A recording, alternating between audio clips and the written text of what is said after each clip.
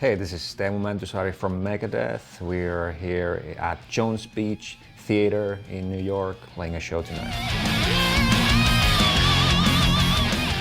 This is actually one of the longer tours that I've done. 9 weeks altogether here in the States. Great tour, we've got 34 shows. It has been great shows. We have Mutt Wain and All That Remains with us. The crowd has been really great. It's been nice to see multiple generations of people at the shows and really enthusiastic crowds. We've been adding some new songs to the set list that we haven't played before. It's nice to have ever-changing set lists, so we always try to add some new stuff. Just today at Soundcheck we were playing a new song that we haven't played before, so that's probably the current favorite. Anything that is totally fresh and new is very exciting.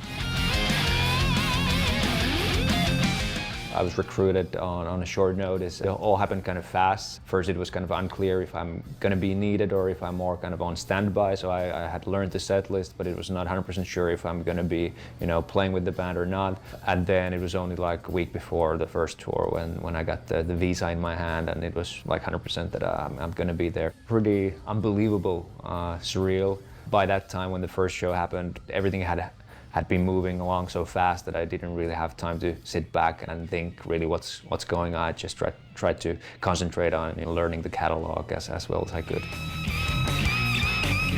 Heavy metal was what inspired me to pick up the guitar. Iron Maiden, classics, Dio, Megadeth as well. Megadeth was one of the first bands that I heard when I was getting into metal. Kind of tried to go with diverse influences, played a little bit in a punk band. Fusion guitarists are some of my favorites, like Greg Howe and Guthrie Govan and Brett Garsett. I think I have pretty strong blues foundation. Eric Clapton, B.B. King, Joe Bonamassa, Eric Gales. I love that stuff, and that was kind of really fun to get into at an early stage and try to kind of pick things by ear, because a lot of that is a little bit easier stuff, and when you learn your 12-bar blues, then you can jam along to a bunch of stuff.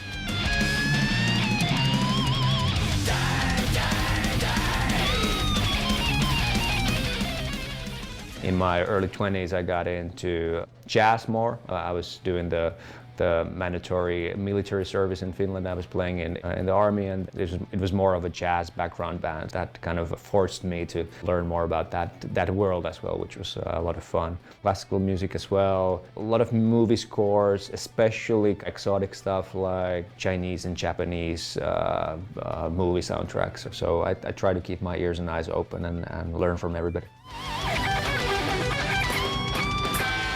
Finland has a really strong metal culture, so even smaller bands are doing really well in Finland and even internationally, and have been doing so for a long time. When I was getting into metal and growing up, Stratovarius, Children of Bodom, Nightwish, Sonata Arctica, those guys were pretty well known in the late 90s. Stratovarius, one of the pioneers already in the 80s. So it was really interesting to grow up in a small country and see that there's all these bands that are making it abroad as well. It was kind of encouraging in a way as well, that you can make it from a small country or a small city. It's also kind of a more maybe accepted culture in Finland, almost mainstream. You hear a lot of metal in the radio all day, so that's kind of nice.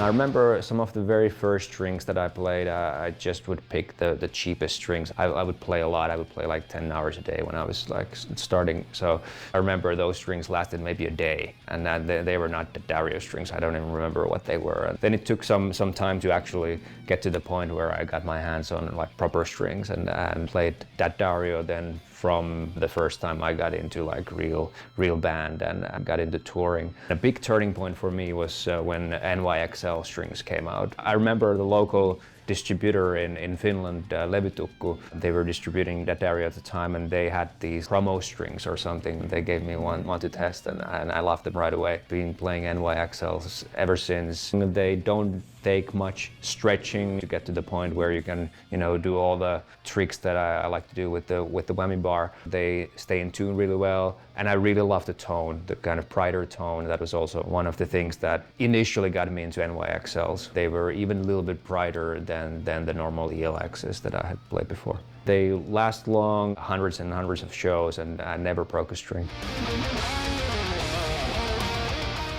I'm always looking for new things to take in. At the same time, a gig like this, Megadeth, you have to pay respect to the back catalog and the history of the band. I don't necessarily see guitar as a thing that needs to go just one way, but you can do a lot of different things. Obviously, there's so many different genres and different styles of playing, and I kind of love it all. I love old school, simple stuff, really paying attention to phrasing, vibrato, and little details like that. And then I love like super mechanical playing, fast, shredding, athletic sports. But where guitar playing is going, hard to predict. I see more and more young people picking up the guitar, which is encouraging and nice to see.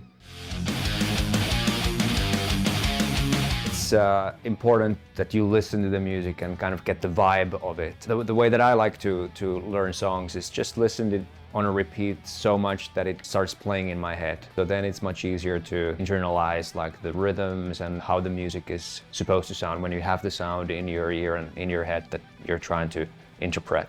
When it comes to like more technical, more faster parts, then I would just slow things down, use modern technology like slow down software to learn the part properly and then bring it up to speed from slow to medium where you can really play it comfortably and then make sure that you play standing up with the strap, not just sitting down, but also moving around and playing and get comfortable with that and close your eyes, imagine yourself being on stage, and then when you get there, then it's not that big step anymore.